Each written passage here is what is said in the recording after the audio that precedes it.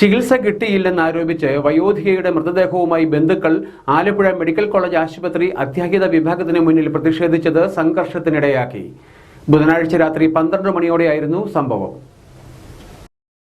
പുന്നപ്പറ 5-ൽ 70 വയസ്സുകാരി ഉമൈബയുടെ മൃതദേഹവുമായിട്ടായിരുന്നു ബന്ധുക്കളുടെ പ്രതിഷേധം. ഇവർ 1 മാസമായി ഇവിടെ ചികിത്സയിലായിരുന്നു. കഴിഞ്ഞ ദിവസം വിട്ടയച്ച ഇവരെ രോഗം ഭേദമാകാതെ വന്നതോടെ വീണ്ടും ആശുപത്രിയിൽ പ്രവേശിപ്പിച്ചു. നില വഷളായതിനെ തുടർന്ന് പിന്നീട് കോട്ടയം മെഡിക്കൽ കോളേജ് ആശുപത്രിയിലേക്ക് മാറ്റിയ ഉമൈബ ബുധനാഴ്ച രാത്രി 8ഓടെയാണ് മരിച്ചത്. ഇതേ തുടർന്ന് മൃതദേഹവുമായി ബന്ധുക്കളും നാട്ടുകാരും അടങ്ങുന്ന 100ഓളം പേർ ആലപ്പുഴ മെഡിക്കൽ കോളേജ് ആശുപത്രി അത്യാഹിത വിഭാഗത്തിന് മുന്നിലെത്തി പ്രതിഷേധിക്കുകയായിരുന്നു. സൂപ്രണ്ട് റിക്വസ്റ്റ് ചെയ്യേണ്ടി വന്നു ICU കൊടുക്കാൻ. HOD അറിഞ്ഞില്ല. HODക്ക് അറിയാൻ വയ്യ. എന്റെ ഉമ്മാക്ക് ICUയിൽ കിടത്തണം, എവിടെ കിടത്തണമെന്ന് HODക്ക് അറിയണ്ടേ? ഇവിടെ അഡ്മിറ്റ് ചെയ്ത ഡോക്ടറിന് അറിയത്തില്ല ഇത് എവിടെയാണ് അഡ്മിറ്റ് ചെയ്യേണ്ടത്. അവസാനം സൂപ്രണ്ട് വന്ന് നോക്കിയിട്ട് സൂപ്രണ്ട് പറയേണ്ടി വന്നു ICUയിൽ കിടത്ത് ക്രിട്ടിക്കൽ ആണല്ലോ എന്ന്. സൂപ്രണ്ട് പറഞ്ഞപ്പോഴാണ് HODക്ക് മനസ്സിലായത് എന്റെ ഉമ്മാക്ക് ക്രിട്ടിക്കലാണ്, ICUയിൽ കിടത്തണമെന്ന്. നട്ടെല്ല് കുത്തി പരിശോധിക്കാനായിട്ട് സൂപ്രണ്ട് വിളിച്ച് പറയേണ്ടി വന്നു.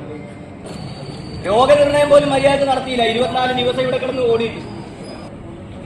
നിങ്ങളുടെ എന്റെ ഒക്കെ വീട്ടിലുള്ള ആളുകൾക്ക് വേണ്ടിയിട്ടാണ് ഞാനീ ഇരിക്കുന്നത്. ഇനിയും എനിക്കൊരു വയ്യാഴി വന്ന ഈ ഹോസ്പിറ്റലിലേക്ക് എനിക്ക് വരാൻ പറ്റത്തുള്ളൂ. എനിക്ക് വേറെ ഹോസ്പിറ്റലിലോട്ടൊന്നും പോകാൻ പറ്റില്ല. ഒന്ന് പറഞ്ഞ് രണ്ടാമത്തേന് പ്രൈവറ്റ് ഹോസ്പിറ്റലിൽ കൊണ്ടുപോകാൻ പറഞ്ഞാൽ അതിനൊന്നും പറ്റിയ സാമ്പത്തിക ശേഷി ഞങ്ങൾക്ക് ആർക്കും ഇല്ല. എന്റെ ഉമ്മയെ കൊന്നതാ. ഇതെന്റെ സ്റ്റേറ്റ്മെന്റാ. ഞാനിത് ഒച്ചത്തിൽ വിളിച്ച് പറയുക. ഇവിടെ ഈ വണ്ടാന ഹോസ്പിറ്റലിലേക്ക് വരുന്ന പേഷ്യന്റ് ഒന്നുകിൽ ഒച്ച ഉയർത്താൻ കെൽപ്പുള്ളവരായിരിക്കണം, അല്ലെങ്കിൽ രാഷ്ട്രീയ പിടിപാടോ അല്ലെങ്കിൽ വേറെ ഏതെങ്കിലും ബ്യൂറോക്രസിയിൽ പിടിപാടുള്ളവരായിരിക്കണം. പട്ടിയുടെ വില അല്ലെങ്കിൽ പട്ടിയുടെ വില 24 ദിവസം ഇവിടെ 3 പ്രാവശ്യമായിട്ടാണ് ഈ ഒരേ കാര്യത്തിന് വേണ്ടിയിട്ട് അഡ്മിറ്റ് ചെയ്തിട്ട് ഓടിച്ചത്. പോലീസ് ഇടപെട്ടിട്ടും പ്രതിഷേധം അടങ്ങിയില്ല. ഒടുവിൽ ആശുപത്രി superintendent doctor A. Abdul Salam എത്തി ബന്ധുക്കളുമായി ചർച്ച നടത്തിയതിനു ശേഷം ഏതാണ്ട് 1:30യോടെയാണ് മൃതദേഹവുമായി ബന്ധുക്കൾ മടങ്ങിയത്.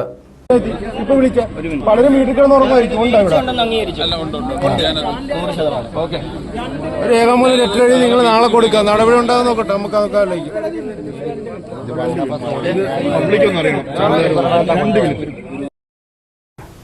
പ്രശസ്ത കവിയും വാഗ്മിയുമായിരുന്ന പ്രൊഫസർ ഏറ്റുമാനൂർ സോമദാസന്റെ 88ാം ജന്മവാർഷിക ദിനം വിപുലമായി ആചരിച്ചു. ഏറ്റുമാനൂർ സോമദാസൻ സ്മാരക ട്രസ്റ്റിന്റെ ആഭിമുഖ്യത്തിൽ നടത്തിയ ദിനാചരണം വിവിധങ്ങളായ പരിപാടികളാൽ ശ്രദ്ധേയമായി. വ്യാഴാഴ്ച രാവിലെ 11-ന് ചങ്ങനാശ്ശേരി പെരുന്ന മലയാള വിദ്യാപീഠം അങ്കണത്തിൽ ചേർന്ന ജന്മദിന സമ്മേളനം മന്ത്രി VN വാസവൻ ഉദ്ഘാടനം ചെയ്തു.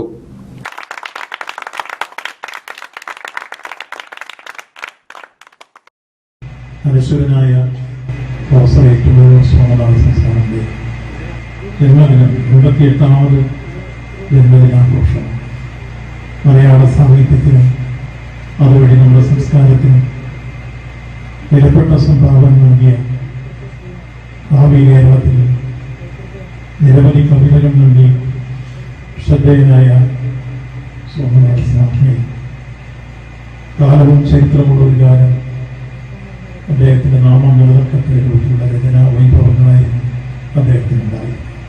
നമുക്കെല്ലാം അറിയാവുന്നതുപോലെ അദ്ദേഹം അധ്യാപക എന്ന രൂപത്തിൽ ആയിരക്കണക്കിന് ശിഷ്യസമ്പത്തുകളെ സമാഹരിച്ചതോടൊപ്പം തന്നെ നല്ല പ്രഭാഷകൻ എന്ന നിലയിൽ കാവ്യഭാവനയുടെ കേന്ദ്രീകൃത രൂപം അവതരിപ്പിച്ചുകൊണ്ട് നടത്തിയിട്ടുള്ള സൃഷ്ടികളുമെല്ലാം അദ്ദേഹത്തിന് എല്ലാ ഘട്ടങ്ങളിലും മലയാള സാഹിത്യത്തിലും വിശിഷ്യ കവികളെന്ന നിലയിലും മുൻഗണന കണ്ടുപിടിച്ചു.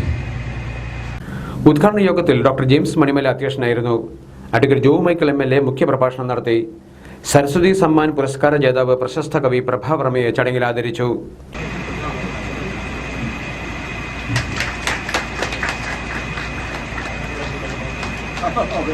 ഡോക്ടർ പ്രതിഭ രചിച്ച റിപ്പബ്ലിക് എന്ന കവിതാ സമാഹാരത്തിന്റെ പ്രകാശനവും ഇതേ വേദിയിൽ നടത്തി. Doctor KN Viswanathan Nair, doctor TN Sudhakara Kurup, professor T Geetha, advocate Daisamma James എന്നിവർ സംസാരിച്ചു. മില്ലുകാർ അമിതമായി കിഴിവ് ചോദിക്കുന്നത് നെൽ കർഷകരെ ഏറെ ദുരിതത്തിലാക്കുന്നു. മഴയുടെ ഭീഷണിയിൽ 10 കിലോ വരെ കിഴിവ് കൊടുക്കാൻ നിർബന്ധിതരായിരിക്കുകയാണ് മാന്നാർ കുരട്ടിശ്ശേരി 4 തോട് പാടശേഖരത്തിലെ കർഷകർ. ഈ പാടശേഖരത്തിൽ കൊയ്ത്ത് കഴിഞ്ഞിട്ട് 9 ദിവസങ്ങളായി. വിളവ് കിട്ടിയതാകട്ടെ ഏറെ കുറവും. എന്നു പറഞ്ഞാൽ കൃഷി ഇറക്കിയതിന്റെ പകുതി ചെലവ് പോലും തിരിച്ചു കിട്ടാത്ത അവസ്ഥ. ഈ പാടശേഖരത്തിൽ 2 കിൻഡൽ നെല്ല് വെച്ച് കിട്ടിയാൽ എങ്ങനെ കളിച്ചാൽ 50-52 ലോഡ് നെല്ല് കയറേണ്ടടുത്ത് ഇപ്പോൾ ഈ 250 ഏക്കറിൻ്റെ അകത്ത് കൊയ്തതിൻ്റെ അകത്ത് ആകെ ഉള്ളതെന്ന് പറഞ്ഞാൽ കഷ്ടിച്ച് ഒരു 6 ലോഡ് നെല്ല് കൂടുതൽ കാണത്തില്ല. അതിന് 1 ഏക്കർ കൊയ്യുന്നതിന് 2 മണിക്കൂർ 2.5 മണിക്കൂർ 1800 രൂപ വെച്ച് മിഷൻ കൂലി കൊടുത്തിട്ടാണ്. ആ മിഷൻ കൂലി കൊടുക്കാൻ കർഷകൻ കയ്യിൽ നിന്ന് കാശ് ഉണ്ടാക്കേണ്ട ഒരു സ്ഥിതിയിലാണ്. അപ്പം ഇതിന്റെ സംഭവം എന്ന് പറഞ്ഞു കഴിഞ്ഞാൽ ഇപ്പോൾ മില്ലുകാർ വന്നിട്ട് 20 കിലോ 25 കിലോ കിഴിവ് ആവശ്യപ്പെട്ടു. ലാസ്റ്റിൽ ഒരു മില്ല് വന്നിട്ട് 15 കിലോ കിഴിവ് ആണ് ആവശ്യപ്പെട്ടേക്കുന്നത്. അത് PMO വന്നിട്ട് ടെസ്റ്റ് ചെയ്തപ്പോൾ 9 കൊണ്ട് അതിന്റെ സർക്കാരിന്റെ 3% കഴിഞ്ഞാൽ പോട്ട് 7.5% ഉള്ളൂ. ഈ പ്രതിസന്ധി നിലനിൽക്കുമ്പോഴാണ് മില്ലുകാരുടെ പിടിവാശി. 15-20 കിലോ വീതം കിഴിവ് വേണമെന്നാണ് മില്ലുകാരുടെ നിലപാട്. ഇപ്പോൾ അവർ പറയുന്നത് 15 കിലോ വെച്ച് കൊടുക്കണമെന്നാണ്. ഇവിടെ ഗവൺമെന്റ് സംവിധാനമുണ്ട്. ആ പാടി ഓഫീസർമാരെല്ലാം ഇവിടെ നോക്കിയിട്ട് പറഞ്ഞ് ഇതിന് 7.5 കിലോയിൽ കൂടുതൽ കുഴി കൊടുക്കേണ്ട കാര്യമില്ല. എല്ലാ ടെസ്റ്റുകളും നടത്തിയിട്ട് 7.5 കിലോ മാക്സിമം ഇതിന് കൊടുക്കാം, അതിൽ കൂടുതൽ കൊടുക്കേണ്ട കാര്യമില്ലെന്ന് ഇവിടുന്ന് സപ്ലൈകോ ആൾക്കാർ വന്നിട്ട് പറഞ്ഞിട്ടുണ്ട്. അവർ ഇതിന്റെ ടെസ്റ്റിന്റെ അടിസ്ഥാനത്തിലാണ് പറഞ്ഞിരിക്കുന്നത്. അപ്പോൾ അവർ സമ്മതിക്കുന്നത് അവർക്ക് 15 കിലോ കുറച്ച് അവരെടുക്കത്തില്ല എന്ന് പറഞ്ഞ് പിടിവാശി പിടിച്ച് പോയിരിക്കുകയാണ്. 252 ഏക്കർ വരുന്ന പാടശേഖരത്തിൽ 90ഓളം കർഷകരാണ് കൃഷി ഇറക്കിയത്. തങ്ങൾ നേരിടുന്ന പ്രതിസന്ധിക്ക് പരിഹാരം വേണമെന്നാവശ്യപ്പെട്ട് കർഷകർ മാന്നാർ കൃഷി ഓഫീസർ ഹരികുമാറിനെ ഉപരോധിക്കുന്ന സ്ഥിതി വരെ ഉണ്ടായി.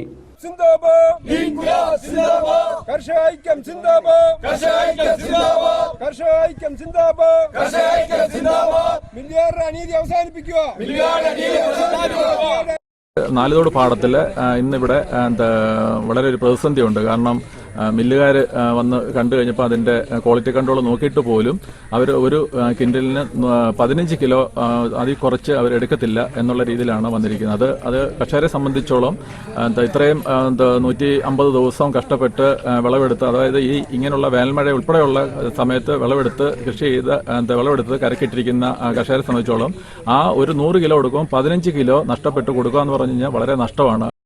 ഏത് സമയത്തും മഴ പെയ്ത് നെല്ല് നശിച്ചു പോകാമെന്ന ആശങ്കയിലാണ് കർഷകർ. ഈ ആശങ്കയ്ക്കുള്ള വിലയാണ് കിഴിവിന്റെ പേരിലുള്ള വിലപേശൽ എന്ന് കർഷകർക്കും അറിയാം. ഗത്യന്തരമില്ലാതെ പലരുടെയും വാശിക്ക് മുന്നിൽ വഴങ്ങിക്കൊടുക്കുകയാണ് കർഷകർ. പരിശോധനയിൽ 7.5 കിലോയിൽ കൂടുതൽ കിഴിവ് കൊടുക്കേണ്ടതില്ല എന്നാണ് ബോധ്യപ്പെട്ടത്. എന്നിട്ടും 10 കിലോ കിഴിവ് കൊടുക്കാൻ നിർബന്ധിതരായി പ്രശ്നപരിഹാരത്തിന് സാഹചര്യം സൃഷ്ടിച്ചിരിക്കുകയാണ് കർഷകർ. പാടി മാർക്കറ്റിംഗ് ഓഫീസർ അഞ്ജു, ചെങ്ങന്നൂർ കൃഷി അസിസ്റ്റന്റ് ഡയറക്ടർ മായ ഗോപാലകൃഷ്ണൻ, കൃഷി ഓഫീസർ ഹരികുമാർ എന്നിവർ കർഷകരുമായി നടത്തിയ ചർച്ചയിലാണ് 10 കിലോ കിഴിവിൽ നെല്ലെടുക്കാൻ മില്ലുകാരുമായി ധാരണയായത്. ഇതോടെ കർഷകർ ഉപരോധ സമരം അവസാനിപ്പിക്കുകയും ചെയ്തു.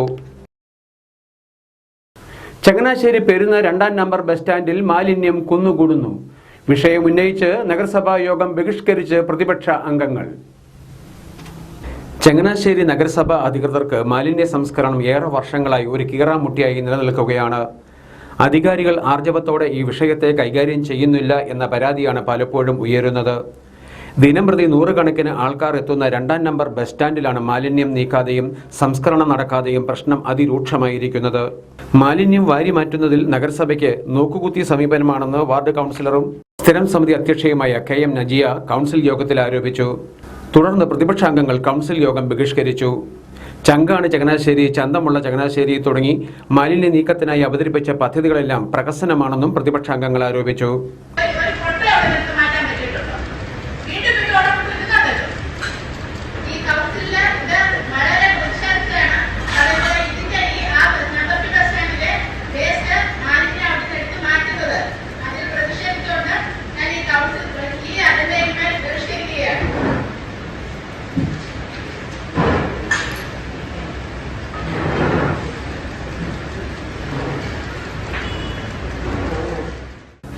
ബസ് സ്റ്റാൻഡിലേക്ക് കയറി വരുമ്പോൾ തന്നെ യാത്രക്കാർക്ക് മാലിന്യ കൂമ്പാരമാണ് കാണാൻ കഴിയുന്നത്.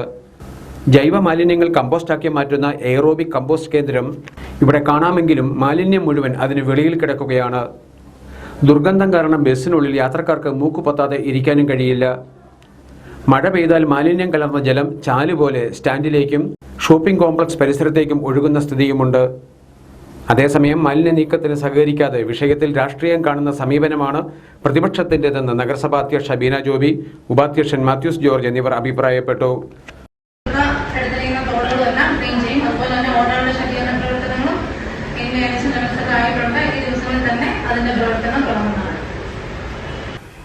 പൊതുഖജനാവിൽ നിന്ന് ലക്ഷങ്ങൾ ചെലവഴിച്ച് നിർമ്മിച്ച ശൗചാലയം പൊതുജനങ്ങൾക്ക് പ്രയോജനപ്പെടുന്നില്ലെന്ന് പരാതി ഉയരുന്നു. തകഴി ഗ്രാമപഞ്ചായത്ത് ഓഫീസ് കെട്ടിടത്തിന് പുറകിൽ 8 ലക്ഷം രൂപ ചെലവഴിച്ച് നിർമ്മിച്ച ശൗചാലയമാണ് പൊതുജനങ്ങൾക്കായി തുറന്നു കൊടുക്കാത്തത്.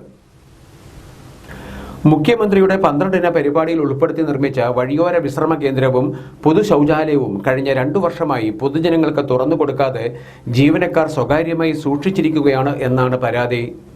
ഇതുമൂലം പഞ്ചായത്ത് ഓഫീസിൽ വിവിധ ആവശ്യങ്ങൾക്കായി എത്തുന്ന സ്ത്രീകൾ ഉൾപ്പെടെയുള്ള നിരവധി പേർ പ്രയാസപ്പെടുകയാണ്. ടേക്ക് എ ബ്രേക്ക് പദ്ധതിയിൽ ഉൾപ്പെടുത്തി കഴിഞ്ഞ പഞ്ചായത്ത് ഭരണസമിതിയാണ് ഇതിന്റെ നിർമ്മാണത്തിന് തുടക്കം കുറിച്ചത്. ഉദ്ഘാടനം നടന്ന് 2 വർഷം പിന്നിട്ടിട്ടും പൊതുജനങ്ങൾക്ക് ഇത് തുറന്നു കൊടുത്തിട്ടില്ല. ഇത് അടിയന്തരമായി പൊതുജനങ്ങൾക്ക് ഉപയോഗപ്രദമാകുന്ന രീതിയിൽ വിട്ടു നൽകിയില്ലെങ്കിൽ ശക്തമായ സമര പരിപാടികൾ തകഴി ഗ്രാമപഞ്ചായത്ത് പടിക്കൽ നടത്തുമെന്ന് ദേശീയ മനുഷ്യാവകാശ സമിതി ജില്ലാ ഭാരവാഹി ചാമ്പക്കുളം രാധാകൃഷ്ണൻ പറഞ്ഞു. സർക്കാർ ഫണ്ട് ഉപയോഗിച്ച് 2 വർഷമായി നിർമ്മിച്ചിട്ടുള്ള ഈ പൊതു ശൗചാലയം പൊതുജനങ്ങൾക്ക് തുറന്നു കൊടുക്കാതെ ജീവനക്കാർ മാത്രം കൂട്ടി ഉപയോഗിക്കുന്ന ഒരു സംവിധാനമാണ് ഇവിടെ കാണുന്നത്. പല പ്രാവശ്യം ഇവിടുത്തെ പൊതുപ്രവർത്തകർ ഇത് സംബന്ധിച്ച് പരാതി പറഞ്ഞിട്ടും ഇതുവരെ നടപടിയൊന്നും സ്വീകരിച്ചില്ല. ഇതുപോലെ ഗവൺമെൻറ് സ്ഥാപനങ്ങളെ നികുതി പണം ഉപയോഗിച്ച് കൊടുക്കുന്ന ഉദ്യോഗസ്ഥന്മാരെ ജനങ്ങളെ കൂടുതൽ സൗകര്യപ്രദമായി ആക്കുന്നതിന് വേണ്ടിയിട്ടുള്ള സ്ഥാപനങ്ങളിലെ ഉദ്യോഗസ്ഥന്മാർ മുഴുവൻ ജനങ്ങൾക്ക് എങ്ങനെ ബുദ്ധിമുട്ടുണ്ടാക്കാം എന്ന് ഗവേഷണം നടത്തുന്ന ഒരു കാലത്തിലാണ്. ഇതിവിടെ മാത്രമല്ല, പലയിടത്തും. അതുകൊണ്ട് എത്രയും വേഗം ഈ പൊതു ശൗചാലയം പൊതുജനങ്ങൾക്ക് പ്രയോജനപ്രദമായ രീതിയിൽ തുറന്നു കൊടുത്തില്ല എങ്കിൽ പൊതുപ്രവർത്തകരുടെ നേതൃത്വത്തിൽ പ്രത്യക്ഷ സമരം നടത്തുവാൻ ആലോചന നടന്നുകൊണ്ടിരിക്കുകയാണ്. ഞങ്ങൾ എത്രയും വേഗം അധികൃതർ വേണ്ട ശ്രദ്ധ ചെലുത്തുമെന്ന് ഞാൻ കരുതുന്നു. എന്നാൽ നിയന്ത്രിതമായി പകൽ സമയങ്ങളിൽ ശൗചാലയം തുറന്നു കൊടുക്കാൻ നടപടി സ്വീകരിക്കുമെന്ന് പഞ്ചായത്ത് പ്രസിഡന്റ് എസ് അജയകുമാർ അറിയിച്ചു. ടേക്ക് എ ബ്രേക്കിൻ്റെ നമ്മുടെ പഞ്ചായത്തിനോട് അടുത്ത് ചേർന്നാണത് നിർമ്മിക്കപ്പെട്ടിട്ടുള്ളത്. അതുകൊണ്ടത് നിയന്ത്രിതമായ രീതിയിൽ മാത്രമേ ഉപയോഗം സാധ്യമാകൂ. അതിൻ്റെ അടിസ്ഥാനത്തിൽ വേണ്ട ക്രമീകരണങ്ങൾ ചെയ്തിട്ടുണ്ട്. പകൽ സമയങ്ങളിൽ അത് തുറന്നിടാൻ ചുമതലപ്പെടുത്തിയിട്ടുണ്ട്. ഹോമിയോ ഹോസ്പിറ്റലിൽ അതിനൊരു കീയും കൊടുത്തിട്ടുണ്ട്. ഇവിടെ കടക്കാർക്കായിട്ട് ഇവിടെ അത്യാവശ്യം വിജയൻ്റെ കടയിലും ഒരു താക്കോൽ കൊടുത്തിട്ടുണ്ട്. പഞ്ചായത്തിൽ വേറെ താക്കോലുണ്ട്. അത്യാവശ്യം വേണ്ടി വരുന്നവർക്ക് ഉപയോഗിക്കാനുള്ള സൗകര്യങ്ങൾ ഒരുക്കിയിട്ടുണ്ട്. 1-2 തവണ ഇത് പബ്ലിക്കായിട്ട് പൂർണ്ണമായി തുറന്നിട്ടപ്പോൾ അത് മലവിസർജനം ഉൾപ്പെടെ നടത്തി വൃത്തികേടാക്കിയതിൻ്റെ പേരിൽ കുടുംബശ്രീക്ക് ഇത് മേൽനോട്ടത്തിന് വേണ്ടി പേ ആൻഡ് യൂസ് ശൈലിയിൽ ഉപയോഗിക്കാൻ വേണ്ടിയിട്ട് ആവശ്യമായ നിർദ്ദേശം കൊടുത്തിട്ടും കുടുംബശ്രീയിൽ നിന്ന് ആരുടെയും പേര് ഇതുവരെ ലഭിച്ചിട്ടില്ല. അത് ബെനിഫിഷ്യൽ അല്ല എന്നാണ് അവർ പറയുന്നത്. സംസ്ഥാന ന്യൂനപക്ഷ കമ്മീഷൻ സംഘടിപ്പിക്കുന്ന ജില്ലാതല സെമിനാറിന് മുന്നോടിയായുള്ള ആലോചനാ യോഗം പത്തനംതിട്ട കളക്ടറേറ്റ് കോൺഫറൻസ് ഹാളിൽ ചേർന്നു. സംസ്ഥാന ന്യൂനപക്ഷ കമ്മീഷൻ ചെയർമാൻ എ അബ്ദുൾ റഷീദിന്റെ അധ്യക്ഷതയിലായിരുന്നു യോഗം.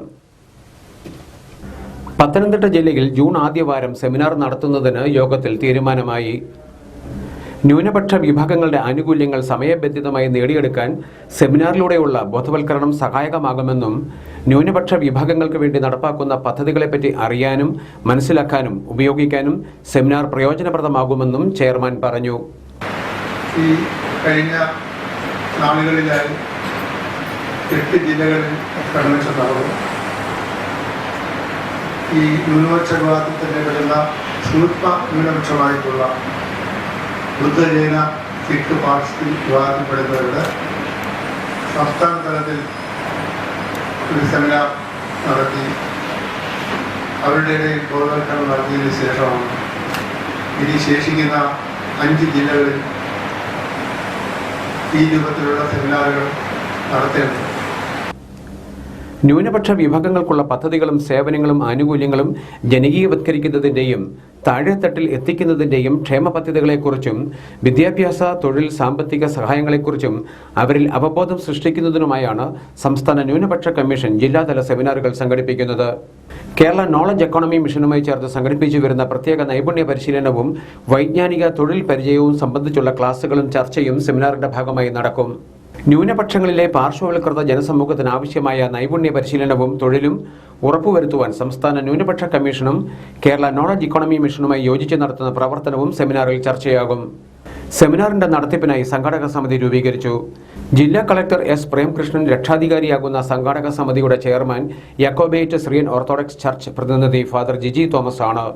അഷ്റഫ് ഹാജി അലങ്കാരത്ത്, ഭന്ദേ കശ്യപ്, അംജദ് അടൂർ എന്നിവർ വൈസ് ചെയർമാൻമാരാകും. ADM G സുരേഷ് ബാബു ആണ് കോർഡിനേറ്റർ. യോഗത്തിൽ സംസ്ഥാന ന്യൂനപക്ഷ കമ്മീഷൻ അംഗങ്ങളായ P Rosa, A Saifuddin Haji, deputy collector T Vinod Raj, വിവിധ മത സാമുദായിക സംഘടനാ പ്രതിനിധികൾ, ഉദ്യോഗസ്ഥർ തുടങ്ങിയവർ പങ്കെടുത്തു. സംസ്ഥാന ന്യൂനപക്ഷ കമ്മീഷന്റെ നേതൃത്വത്തിൽ കഴിഞ്ഞ 10 വർഷമായി അതിന്റെ പ്രവർത്തനം നടന്നു വരികയാണ്. ഞങ്ങളെ സംബന്ധിച്ചിടത്തോളം ഈ കമ്മീഷൻ അധികാരത്തിൽ വന്നിട്ട് 9 മാസങ്ങൾ പൂർത്തിയായിരിക്കുകയാണ്. ഇതിനിടയിൽ നമ്മുടെ സംസ്ഥാനത്ത് വിവിധ ജില്ലകളിലായി നിരവധിയായ പരാതികൾക്ക് പരിഹാരം കാണാൻ കഴിഞ്ഞിട്ടുണ്ട് എന്നത് യാഥാർത്ഥ്യമാണെങ്കിലും നമ്മുടെ പ്രദേശത്തെ 46% വരുന്ന ജനസംഖ്യയിൽ പെട്ട മതന്യൂനപക്ഷങ്ങളിൽ നല്ലൊരു വിഭാഗം ആളുകൾക്കും തങ്ങൾക്ക് ലഭിക്കേണ്ടതായ അവകാശങ്ങൾ എന്തൊക്കെയാണ്, അത് സമയത്ത് കിട്ടുന്നില്ലെങ്കിൽ എവിടെയാണ് പോകേണ്ടത്, എന്താണ് ചെയ്യേണ്ടത് എന്നതിനെ കുറിച്ച് യാതൊരു ബോധ്യവും ഇല്ലാത്ത കുട്ടനാട് ഫൈൻ ആർട്സ് സൊസൈറ്റിയുടെ ആഭിമുഖ്യത്തിൽ അഖില കേരള ഏകാംഗ നാടക മത്സരം സംഘടിപ്പിക്കുന്നു. സ്പന്ദനം 2024 എന്ന പേരിലാണ് പരിപാടി. പൊൻകുന്നം വർഗീസ് സ്മാരക പുരസ്കാര സമർപ്പണവും ഇതോടൊപ്പം നടത്തുമെന്ന് ഭാരവാഹികൾ വാർത്താ സമ്മേളനത്തിൽ അറിയിച്ചു. സംഘടനയുടെ 80ഓളം കലാകാരന്മാരെ കൂട്ടായ്മയാണ് കുട്ടനാട് ഫൈൻ ആർട്സ് സൊസൈറ്റി. കലാകാരന്മാരുടെ പ്രവർത്തനത്തെ സംബന്ധിച്ചു അവരുടെ സർഗവാസകങ്ങളെ പരിപോഷിപ്പിക്കുകയും അതുപോലെ തന്നെ അവർക്കുണ്ടാകുന്ന വിഷമതകളെ പ്രതിസന്ധികളിലൊക്കെ അവരെ സഹായിക്കുകയും ചെയ്യുക എന്നുള്ളതാണ് സംഘടനയുടെ ഉദ്ദേശ ലക്ഷ്യം. അഖില കേരള ഏകാംഗ നാടക മത്സരം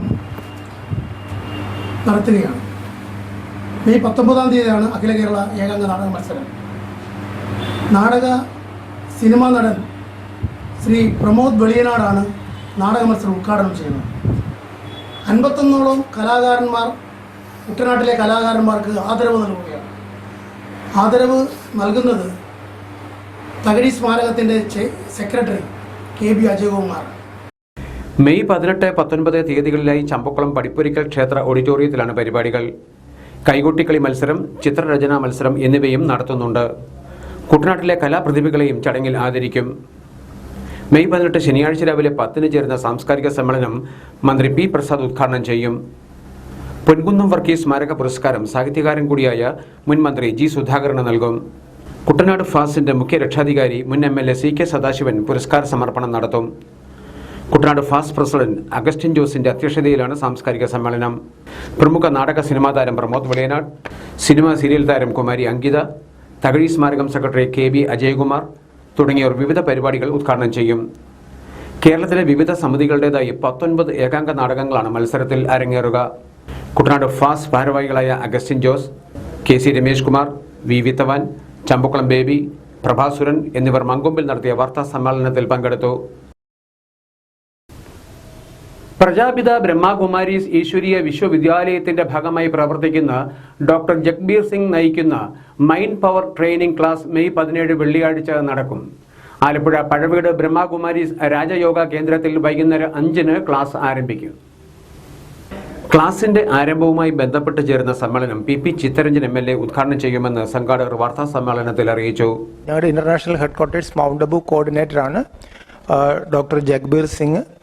അദ്ദേഹം ഈ സ്പോർട്സ് സൈക്കോളജിയിലെ ഡോക്ടറേറ്റ് എടുത്ത ആളാണ്. അദ്ദേഹം റിയോ ഒളിമ്പിക്സിലെ 2016 റിയോ ഒളിമ്പിക്സിൽ സ്പോർട്സ് അതോറിറ്റി ഓഫ് ഇന്ത്യ അദ്ദേഹത്തെ അവർക്കൊരു മനസ്സിനെ സജ്ജമാക്കാനുള്ള ഒരു ട്രെയിനറായിട്ട് അയച്ചിരുന്നു. അതുപോലെ തന്നെ ഇന്ത്യയുടെ വിവിധ ഭാഗങ്ങളിൽ അദ്ദേഹം സഞ്ചരിച്ച് പ്രത്യേകിച്ച് ഈ സ്പോർട്സ് മേഖലയിൽ ക്ലാസുകൾ നടത്താണ്. വെള്ളിയാഴ്ച ആലപ്പുഴ ബ്രഹ്മകുമാരീസ് ഈശ്വരീയ വിശ്വവിദ്യാലയത്തിൽ നമ്മൾ ഡോക്ടർ ജഗ്ബീർ സിംഗ് അവരുടെ ഒരു മൈൻഡ് ട്രെയിനിങ് പ്രോഗ്രാം സംഘടിപ്പിച്ചിരിക്കുകയാണ്. അപ്പോൾ ആ പ്രോഗ്രാം, ആ സമ്മേളനം ഉദ്ഘാടനം ചെയ്യുന്നത് ആലപ്പുഴ MLA, ബഹുമാനപ്പെട്ട ആലപ്പുഴ MLA ശ്രീ ചിത്രരഞ്ജൻ അവർകളാണ്. Sports council president PJ Joseph, secretary Pradeep Kumar, ward councillor Aravindakshan തുടങ്ങിയവർ ഉദ്ഘാടന ചടങ്ങിൽ പങ്കെടുക്കും. അമേരിക്കയിലെ ഫ്ലോറിഡ യോഗ സംസ്കൃതം യൂണിവേഴ്സിറ്റിയിൽ നിന്നും സ്പോർട്സ് സൈക്കോളജിയിൽ ഡോക്ടറേറ്റ് കരസ്ഥമാക്കിയിട്ടുള്ള Jagbir Singh athletics, boxing, cycling, shooting എന്നിവയിൽ നാഷണൽ തലത്തിൽ ജേതാവായിട്ടുള്ള വ്യക്തിയാണ്. ആലപ്പുഴ, കോട്ടയം, പത്തനംതിട്ട ജില്ലകളിലെ വാർത്തകൾക്കും ലൈവ് പ്രോഗ്രാമുകൾക്കുമായി മാന്യ പ്രേക്ഷകർ കുട്ടനാട് കേബിൾ വിഷൻ എന്ന ഞങ്ങളുടെ യൂട്യൂബ് ചാനൽ സബ്സ്ക്രൈബ് ചെയ്യുക. ഇനി ഇന്നത്തെ സ്വർണ്ണവില. ഇന്നത്തെ സ്വർണ്ണവില നിങ്ങൾക്കായി സമർപ്പിക്കുന്നു സ്വപ്ന ജ്വല്ലറി. അഴകേറും സ്വപ്നങ്ങൾക്ക് നിറവേകും സ്വപ്ന ജ്വല്ലറി, ചങ്ങനാശ്ശേരി. സ്വർണം ഗ്രാമിന് 6765 രൂപ, പവന് 54,120 രൂപ. വാർത്തകൾ കഴിഞ്ഞു. നമസ്കാരം.